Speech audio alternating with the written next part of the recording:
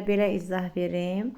Deyir ki, yeni işə başlayan coğrafiya müəllimi 8-ci sinifdə dərsi ələ ala bilmir. Şagirdlər dərsə gecikir, telefonla oynayır. Müəllimin suallarına istehza edilir. Yəni müəllimin sinifin idarə etməsi zəifdir də burada. Deyir, müəllimin hansı yanaşması problemi həll etmək üçün ən effektiv yol hesab olunar. Effektiv. Artıq biz bilirik ki, burada qayda, prosedur falan yoxdur da. Nizam, intizam pozulub. Sinifə daxil olan kimi qeyd dəftərini çıxardır. Bu əlbəttə ki, yanlış yanaşmadır. Sinifə daxil olan kimi qeyd dəftərini niyə çıxardasın? Axı səhvdir. Şagirdlərlə birlikdə qaydalar tərtib edir ki, şagirdlər anlasınlar ki, qaydalar onu cəzalandırmazdır. Bax, əvvəli deyir ağlamalıdır, sonu gülməli. Cəza üçün yox. Əvvəli amma düz gəlirdi. Problemin böyüməməsi üçün sinif prosedurları müəyyən edir. Çünki prosedur həm nizam, intizam yaradır, həm də dərsi axıcı edir. Qayda axıcı edir. Bu da səhvdir. Şagirdlərlə birlikdə sinif qaydaları müəyyənləşdirəcək. Bəli, doğrudur. D variantı olacaqdır. Bir yerdə qayda müəyyən edəcək. Dərsdə telefondan istifadənin qarşısını almaq üçünsə sinif rəhbəri və valideynlərlə də əməkdaşlıq edəcəkdir. Düzgün cavabımız D variantı olacaq. Hansı fikir yanlışdır? Sizdən yanlışı soruşur. Kooperativ öyrənmə şagirdlərdə təkcə bu kimi suallar imtahanların olmazsa olmazıdır da. Kooperativ öyrənmə şagirdlərdə təkcə akademik bilikləri deyil, həm də ünsiyyət, məsuliyyət, liderlik doğrudur. Əməkdaşlıqdır da kooperativ, qrup işi, vergi öyrənmə. Bu doğrudur, bizdən yanlışı istəyir. Formativ qiymətləndirmənin əsas məqsədi şagirdə yekun qiymət vermək deyil, bəli. Öyrənmə prosesindəki boşluqları vaxtında, anında, əks əlaqə doğrudur. Müəllim həm akademik bilik və bacarıqları, həm də mənəvi dəyərləri formalaşdırmaq istəyir. Akademik bilikləri dərsdə, mənəvi dəyərləri isə əlavə sinif saatlarında şagirdləri tərbiyəvi söhbətlər aparmaqla inkişaf etdirə biləcəyini düşün, səhvdir. Akademik dərsə deyir dərsdə, mənəvi dəyəri isə sinifdən sonra. Nə əlaqə? Biz paralelində eləməliyik ki, həm akademik, həm də mənəvi dəyərləri həyati bacarıqları sinifdə aşılayaq.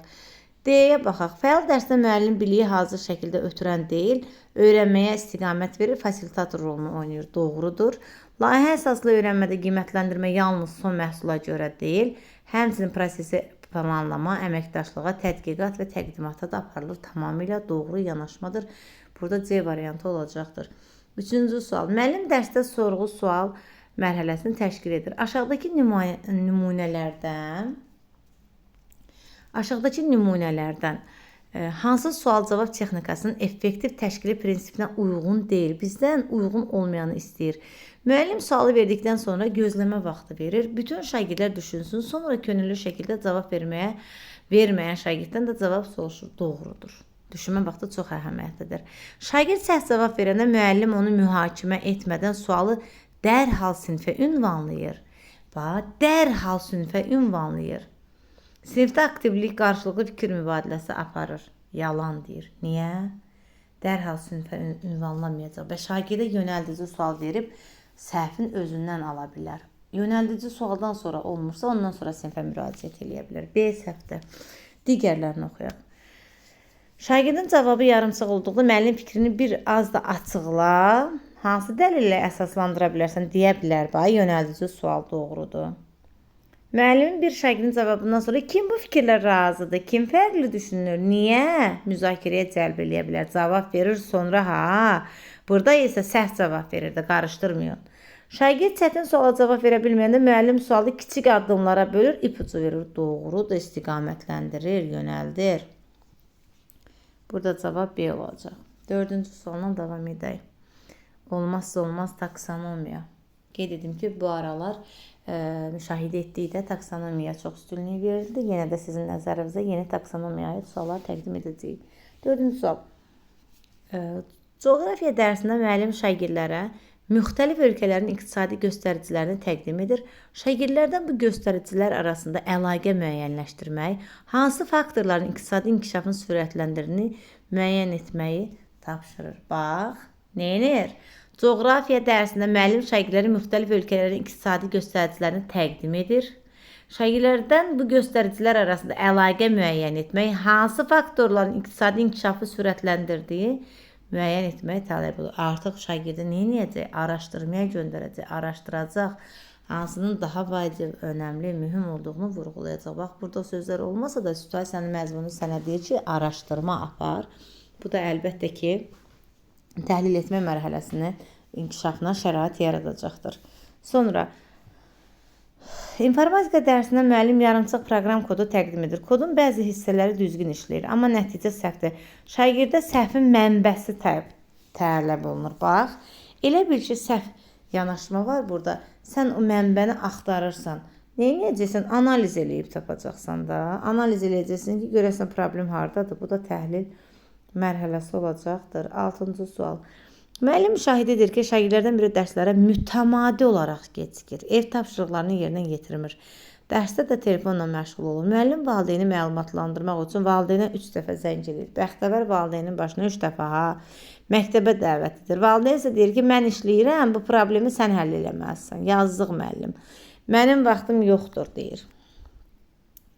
Deyir, verilən situasiyanın birbaşa nəticəsi olmayan hansıdır? Yəni, nəticəsi deyil də, situasiyanın nəticəsi deyil. Gəl görə bu müəllim yazdığı nə gözləyir? Şagirdin davranışı ilə bağlı heç bir tədbir görülməzsə, digər şagirdlər də qayda poza bilər. Bu doğrudur. İdarə etmə çətinləşər, görəcəklər, eləyəcəklər. Valideyn dəstəyi olmadığı üçün şagirdin akademik davranış problemi dərinləşə bilər. Doğrudur. Müəllim məktəb valideyn bucağında kommunikasiya qırılır, problemin vaxtında həlli çətinləşir. Doğrudur. Şagirdin riyazi təfəkkürünü, məntiqi analiz bacarığının inkişafı ləngiyə bilər. Şagird valideyn mənim problemlərimə laqeyd yanaşır düşüncəsi ilə psixoloji təsir ala bilər. Doğrudur. Məntiqi riyazi analizi nə əlaqəsi? Burada müəllim valideyn münasibətinə söhbət gedir ki, valideyn laqeyd yanaşır da. Burada D variantı olacaq. Sonra, biologiya dərsində müəllim ekosistemdə tarazlıq mövzusunu keçir. Sonra şagirdlərin müxtəlif canlıların sayının dəyişdiyi qrafiklər təqdim edir. Şagirdlərdən tələb olunur ki, qrafiklərdəki dəyişiklikləri müqayisə etsinlər. Hansı canlının azalmasının digər növlərinə necə təsir etdiyini müəyyənləşdirsinlər. Bu da əlbəttə ki, analiz eləyəcəklər. Təhlil etmə mərhələsi olacaqdır. 8-ci sualdan davam edirik. Müəllim ekstravert şəxsiyyət tipinə malik şagirdin dərsdə passivliyini aradan qaldırmaq istəyir. Hansı yanaşma məqsədə uyğun deyil?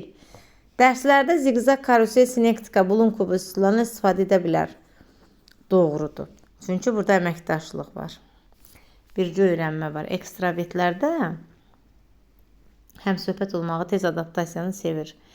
Dərsdə yoldaşları ilə birlikdə dərslikdəki qaydaları əzbərləmək var, olmaz.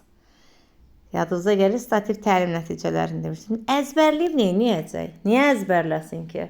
Əməkdaşlıq, ünsiyyət, birgə öyrənmə bacarıqları, yoldaşları ilə fikirlərini bölüşmək, əlbəttə ki, B yanlışdır. 9. Riyaziyyat dərsində müəllim şagirdlərə belə bir situasiya verir. Məktəbin həyətində yeni istirahət zonası qurulmalıdır. Sizə müəyyən ölçüdə material verilir. Həm estetik, həm də maksimum istifadə sahəsi yaratmaq üçün yarat da, deyir. Bunu da səhv yazmışsansa nə deyim? Yarat. Nə desin sənə? Başqa hansı formada vurğulasın? Yarat, yaratmaq olacaqdır. 10-cu sual. Dərs zamanı şagirdlərdən biri bu kompüter proqramlarını əzbərləmək mənə nə qazandıracaq? Mən onsuz da gələcəkdə proqramçı olmaq istəmirəm deyərək tapşırıqları yerinə yetirməkdən imtina edir.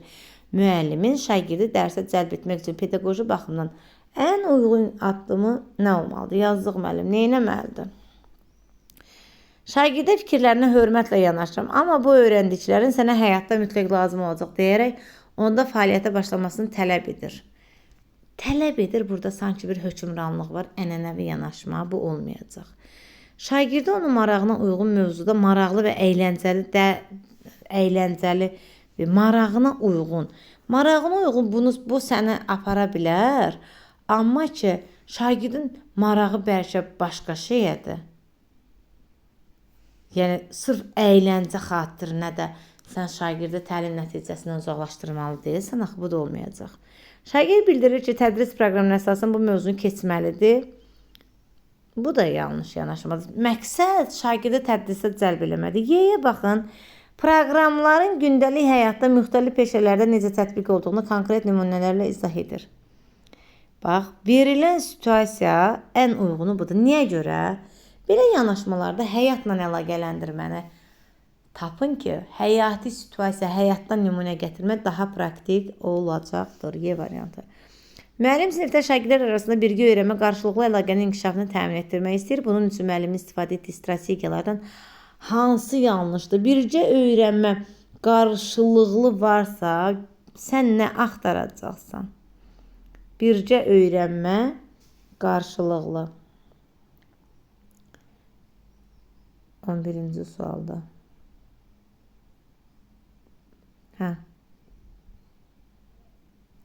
Birgə öyrənmə qarşılıqlı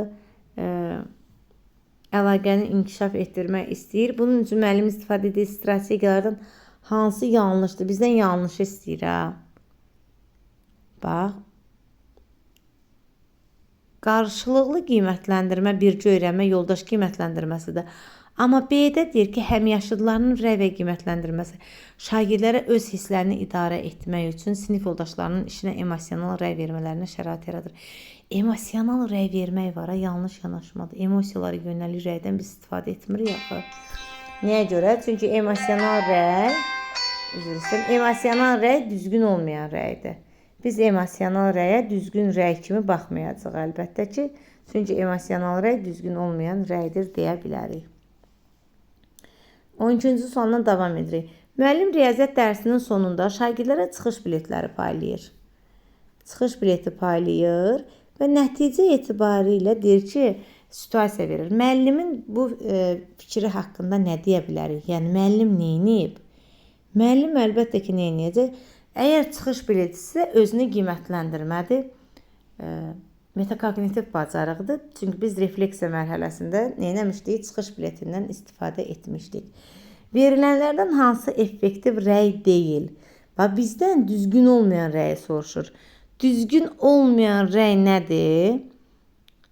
Deyir ki, verilənlərdən hansı effektiv rəy deyil? Gəlin baxaq. Tapşırıqda hipotezləri aydın yazmısan, lakin nəticəni hipotezlə müqayisə etməmisən. Nəticəni hipotezlə müqayisə etsən, tədqiqatın məntiqi olaraq tamamlanacaq.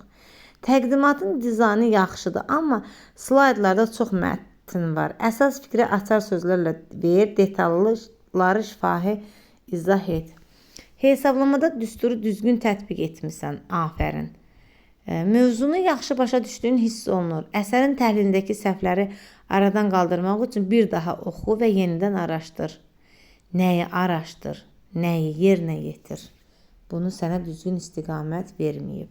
Qrup işində yoldaşlarınla birlikdə müzakirə edib nəticəyə gəldin, əməkdaşlıq bacarığının göstəricisi doğrudur. Yəni, bax, burada ümumi cavab verir də. Bəlkə C variantı sənə aparar. Deyir, nə deyir? Deyir, hesablamada düsturu düzgün tətbiq etmirsən, afərin. Yəni, icranı yerinə yetirmirsən də. Demir ki, afərin, əhsən səndən yaxşısı yoxdur. 14. Müəllim dərsdə müşahidə edir ki, şagirdlərdən biri tapşırıq çətinləşən kimi mən bacarmıram deyir. Qələmi kənara qoyur. İmtina edir. Müəllim şagirdə yaxınlaşır, deyir, gəl tapşırığı birlikdə 3 addıma bölək. Hər addımı düz etsən, sənə uğur stikeri verərək qəhrəman adlandıracaq. Verilən situasiya əsasında müəllimin müdaxiləsi onun nəticəsi barədə hansı fikir doğrudur? Müəllim neyinib? Həm şagirdə motivasiya yaradır, həm də belə deyim də açıq düşüncəyə formalaşdırır. Üstəgəl də neyinir? Əgərləri ona hədiyyə verməsə, onu stimuldan sala bilər. D variantı məqsədə uyğun cavabdır. Yəni, hədiyyə vermək, yaxşı iş görəcəksənsə, onu mükafatlandırmaq. Verilmiş xüsusiyyətlər arasında hansı iş üsulunun xüsusiyyəti yoxdur? Hansı iş üsulunun xüsusiyyəti yoxdur? Qarşılıqlı öyrənmə, başqasına öyrətmək bacarığı, oxuyub anlamaq. Bu üsul həm də kinestetiklər üçün uyğundur. Sinif güncləridir. Əsas məqsəd ATS, YTS deyirsə, Bloom kubudur. Formal əməli mərhələsində olan şagirdlər üçün daha səmərəlidir. Şagirdlər fərziyyə irəli sürürsə proqnozlaşdırmadır. Qar topasına aid yoxdur. Azdan çoxa doğru. 16-cı sual. Dərs prosesində müşahidə edirsiniz ki, yeni mövzunu mənimsəyərkən şagirdlər məlumatları əzbərləyir, lakin niyə belədir, hansı hallarda tətbiq olunur suallarına cavab verilmir. Nəticədə biliyi başqa situasiyalarda uyğunlaşdıra bilmirlər. Bu situasiyaya əsasən problem nədir? Müəllim neyinir? Problemli situasiya harda baş verir? Problemi əlbəttə odur ki, tətbiq etmə zəifdir, çünki əzbərləyirlər. C variantına baxın. Nəzəri məlumatları dərhal praktik tapşırıq real həyatla əlaqələndirsə daha məqsədə uyğun olar. Ümumiyyətlə, əzbərləmək olmaz. Çalışdığımız qədər praktik təcrübəyə əsaslanmalıyıq. 17. Aşağıdakı hallardan hansı sinifdə prosedurun əvvəlcədən müəyyən edilməməsi səbəbindən yaranan problemdir?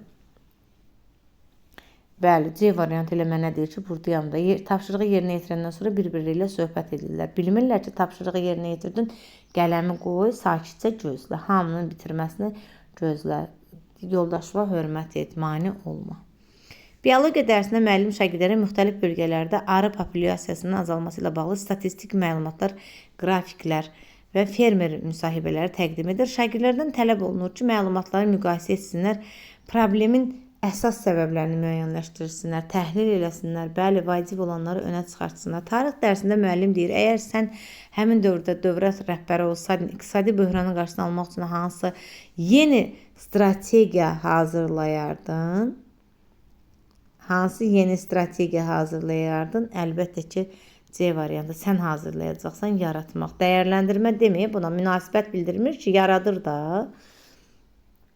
Sonra coğrafiya dərsində müəllim şagirdlərə şəhərləşmə ilə bağlı, şəhərsalma ilə bağlı statistik məlumatlar təqdim edir. Sonra sizcə, sən, mən, Əli, Vəli varsa, burada nədir? Dəyərləndirmədir. Yaratmaq nəyə götürdün? Dəyərləndirmə. Sənin fikrin, mənim fikrim deyəcəksə, bu da dəyərləndirmədə. Əziz müəllimlər, çalışdım ki, bunları izah edim. İzahlara baxın, faydalanın. Ümid edirəm ki, sizin üçün faydalı olacaqdır. Əlim dəydi deyəsən. 6-cı sualda. 6-cı sualda nə idi? 6-cı sualın deyəsən cavabı dəyişdi. Ancaq izaha baxsaz, izahda görəcəksiniz ki, doğru cavab vermişəm.